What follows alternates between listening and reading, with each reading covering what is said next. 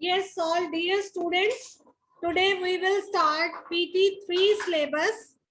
Chapter को ध्यान पूर्वक सभी बच्चों ने पढ़ना है क्योंकि PT3 में आपको MCQ बेस्ड क्वेश्चन पेपर आएगा। 50 मार्क्स का पेपर होगा जिसमें कि आपको MCQs दिए जाएंगे और यह जो पेपर होगा वो पहले पेपरों से हो सकता है कुछ मुश्किल भी हो उनके लिए जिन्होंने पाठ अच्छे से नहीं पढ़ा होगा। जिन्होंने पाठ अच्छे से पढ़ा होगा उनके लिए इजी होगा अटेम्प्ट करना। और सभी बच्चों ने अपनी पेंसिल हाथ में रखनी है और चैप्टर को बहुत ध्यान से पढ़ना है। कोई भी लाइन, कोई भी जो वर्ड है वो आपको क्वेश्चन की फॉर्म में पूछा जा सकता है, इसलिए be active, be conscious during the reading. Part को अच्छे से पहले समझिए। आज हम सबसे पहले चैप्टर नंबर 10 करेंगे, अपूर्व अनुभव। अपूर्व अनुभव बहुत ही अच्छी कहानी है जो कि जिसमें कि ये जापानी भाषा में लिखी गई कहानी है और इसका अनुवाद मीन्स ट्रांसलेशन कई भाषाओं में हो चुकी है। ये एक ऐसी अद्भुत अनोखी पाठशाला और उसमें पढ़ने वाले दो बच्चों की कहानी है जिनके लिए रेल के डिब्बे कक्षाएं थी और गहरी जड़ों वाला पेड़ पाठशाला का गेट था। शाखा बच्चों के खेलने का एक कोना, शाखा जिसे टहनी भी कहा जाता है, पेड़ की टहनी देखी है ना सभी ने, पेड़ की डाल देखी है, उसे शाखा कहा जाता है, वो उनका कोना था। और एक अनोखे स्कूल के संस्थापक श्री कोबायाशी द्वारा लिखित है। लेखिका स्वयं इस स्कूल की छात्रा थी और उसी स्कूल में घटित ये कहानी उसने अपने आप लिखी और उन्हीं के बचपन के अनुभवों पर आधारित थी, जिसे लेखिका ने बड़े होकर कहानी का रूप दिया। और पुस्तक तोतो चान का ये अंश अपूर्व अनुभव आज हम पाठ के रूप में पढ़ेंगे। बहुत ही अच्छी कहानी है। इसमें जो फर्स्ट वर्ड आपको गिवन है स, ग्रीन लेटर में लिखा है और ऊपर लिखा है भ को आ, ग को आर। आपके पास जो भी पेन पेंसिल है उससे आप ऊपर छोटे अक्षरों में साथ में स ऐड कर लीजिए। पूरा कंप्लीट वर्ड बन रहा है सभागार। सभागार का अर्थ होता है बैठक करने का कमरा। आपने मीटिंग रूम देखे होंगे जहां एक राउंड टेबल लगा होता है और आसपास कुछ चेयर्स पड़ी होती हैं, जैसे कि प्रधानमंत्री जी जहां पर मीटिंग्स लेते हैं या चीफ मिनिस्टर मीटिंग लेता है। कई ऑफिसेज में भी सभागार बने होते हैं, स्कूल्स में भी बने होते हैं, यूनिवर्सिटी में भी बने होते हैं, जहां की अलग अलग प्रकार की मीटिंग्स ऑर्गेनाइज की जाती हैं, मीटिंग का आयोजन किया जाता है। तो सभागार शब्द का अर्थ है बैठक करने का कमरा। बैठक यानी कि मीटिंग। सभागार में शिविर होता है कैंप। जैसे गर्मियों की छुट्टियों में आपके स्कूल में भी शिविर लगता था जिसमें कि अलग अलग चीजें, पेंटिंग, डांसिंग, क्लाइंबिंग आदि सिखाई जाती थी, स्केटिंग आदि सिखाई जाती थी।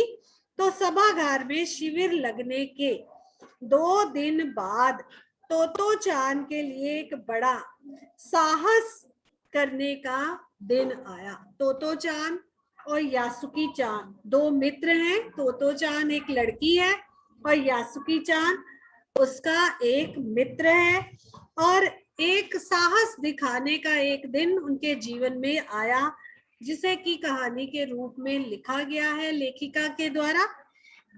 इस दिन उसे यासुकी चान से मिलना था। किससे मिलना था?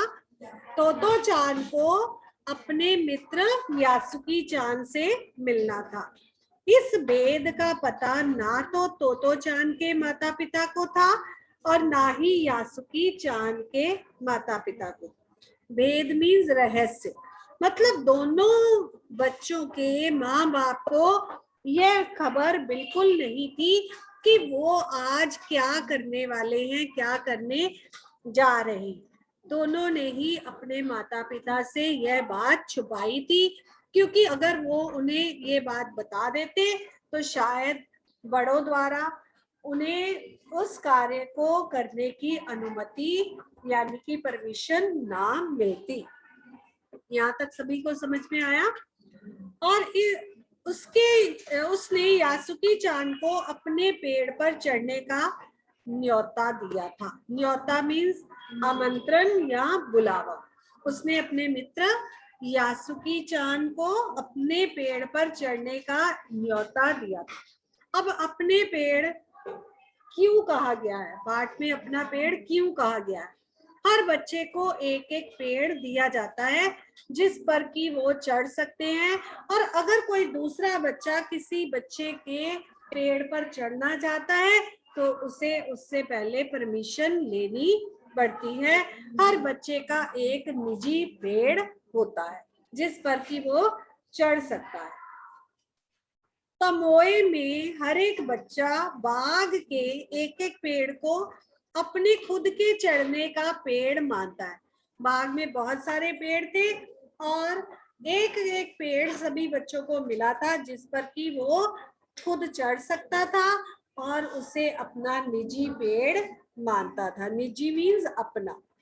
तोतो चान का पेड़ मैदान के बाहरी हिस्से में कुहुनुबुत्सु जाने वाली, कुहुनुबुत्सु एक स्थान का नाम है, वहां पर जाने वाली सड़क के पास में ही उगा हुआ था एक बड़ा सा पेड़ जो कि तोतो चान का अपना पेड़ था।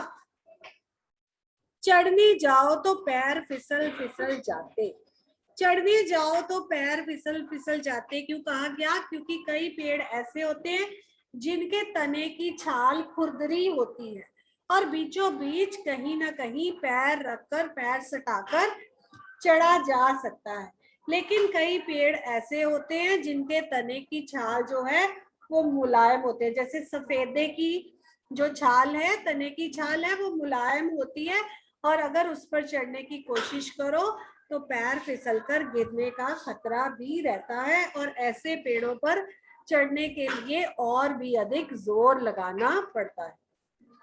तोतो चान का पेड़ कुछ ऐसा था जिसकी छाल जो थी मुलायम थी, पैर अगर रखते थे तो वह फिसल फिसल कर जाता था, पर ठीक से चढ़ने पर जमीन से कुछ 6 फुट की ऊंचाई पर द्विशाखा तक पहुंचा जा सकता था। अब यहाँ पर शब्द इस्तेमाल किया है द्विशाखा, मतलब पेड़ कुछ इस तरह से बना हुआ था कि उसके ऊपर द्विशाखाएं, वहां से द्विशाखा शुरू होती थी और ये जो लंबाई थी, ऊंचाई थी पेड़ की जमीन से, वो कुछ 6 फुट ऊंची।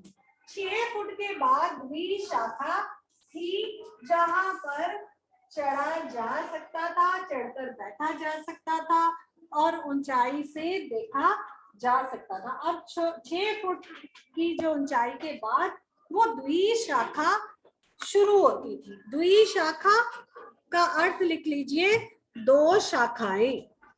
शाखा क्या होता है पहले बताया मैंने, टहनी। बिल्कुल किसी झूले सी आरामदेह जगह। आरामदेह जगह मतलब आराम देने वाली जगह थी। तोतो चान अक्सर खाने की छुट्टी के समय या स्कूल के बाद ऊपर चढ़ी मिलती थी। तोतो चान क्या करती थी, जब स्कूल में छुट्टी हो जाती थी तो पेड़ पे चढ़ के बैठ जाती थी, या लंच ब्रेक, खाने की छुट्टी होती थी, लंच ब्रेक होता था तो उस पर पेड़ पर जाकर चढ़ जाती थी। वहां से वह सामने दूर तक आकाश को या नीचे सड़क पर चलने वाले लोगों को देखा करती थी। मतलब ऊंचाई पर पेड़ पर चढ़कर वो आकाश को निहारती थी ऐसे मुंह ऊंचा करके, या सड़क पर आते जाते लोगों को निहारा करती थी, देखा करती थी। जैसे कि बहुत ऊंचाई पर रहने वाले घर जो होते हैं लोग अक्सर ऊपरी मंजिल में खिड़की के पास चेयर रख के ऊपर से देखते हैं, नीचे झांकते हैं कि कौन आ रहा है कौन जा रहा है। क्यों? क्योंकि उन्हें उसे करने में मजा आता है। वैसे ही उस बच्ची को पेड़ पर चढ़कर आते जाते लोगों को देखने में बहुत मजा आता था, या ऊंची जगह पर चढ़कर आकाश को देखने। आकाश, नभ, गगन, व्योम, पर्यायवाची आप कर सकते हो यहाँ से। आकाश मतलब नभ, गगन, व्योम, इसके पर्यायवाची बनते हैं। आकाश को देखने का बहुत ही उसे मजा आता था, उसे अच्छा लगता था। यहाँ तक क्लियर हुआ सभी को? किस किस को क्लियर है? ओके, चलो, should I ask you question? Okay, Tanveer, Tanveer, yes, पहले बताइए कि दोनों मित्रों के क्या क्या नाम थे? यस अंश? हाँ, तोतोचान और यासुकी-चान। तोतोचान और यासुकी-चान। तोतोचान किस समय पेड़ पर चढ़कर जा बैठती थी? यस जय? हाँ, यस, हाँ, स्कूल के बाद या स्कूल में खाने की छुट्टी में वो जाकर पेड़ पर चढ़ जाती थी। ओके, द्विशाखा जमीन से कितनी ऊंचाई के बाद शुरू होती थी? Very good, 6 foot. और तोतोचान को वो जगह कैसी लगती थी? लक्ष्मी, कैसी लगती थी? बिल्कुल झूले जैसी। हाँ, आरामदेह और झूले जैसी लगती थी। तो मोए में हर बच्चे को क्या मिला था? एक पेड़। क्या मिला था? एक पेड़। ओके, कौन सी बात तोतोचान और यासुकी-चान ने किससे छिपाई थी? चिल्लाना नहीं है, अपने माता पिता से कौन सी बात छिपाई थी? कि आज वो कुछ ऐसा साहस भरा कार्य करने वाले थे। ये बात उन्होंने अपने माता पिता से छिपाई थी। क्लियर हो गया जितना पढ़ा है सबने? ओके, चलिए नेक्स्ट, इसके बाद आगे बढ़ते हैं। बच्चे अपने अपने पेड़ को अपनी निजी संपत्ति मानते थे। निजी मीन्स अपनी, प्राइवेट जिसे कहते हो। संपत्ति मीन्स जो उनकी प्रॉपर्टी है, धन दौलत संपत्ति, मतलब वो अपनी प्राइवेट प्रॉपर्टी मानते थे। किसी दूसरे के पेड़ पर चढ़ना हो तो पहले पूरी शिष्टता के साथ, पूरे सभ्य व्यवहार के साथ, शिष्ट व्यवहार के साथ कहा जाता था दूसरे से, माफ कीजिए, क्या मैं अंदर आ जाऊं? जैसे आप क्लास में एंटर होते हैं, आप जाइए बाहर जरा 1 मिनट के लिए। जैसे ये बच्चा बाहर से मान लो कि आया है और इसने बहुत ही सभ्य ढंग से मैम से पूछा, यस, ये कह रहा है कि मे आई कम इन मैम, मतलब मैं अंदर आ जाऊं, और मैंने भी कहा हाँ तुम आ सकते हो।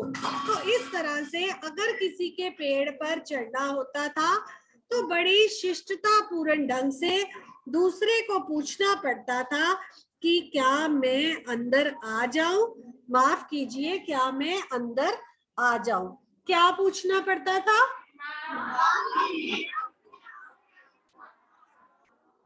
यस, यासुकी-चान को पोलियो था। अब यहाँ से बहुत मर्म स्पर्शी कहानी शुरू हो रही है।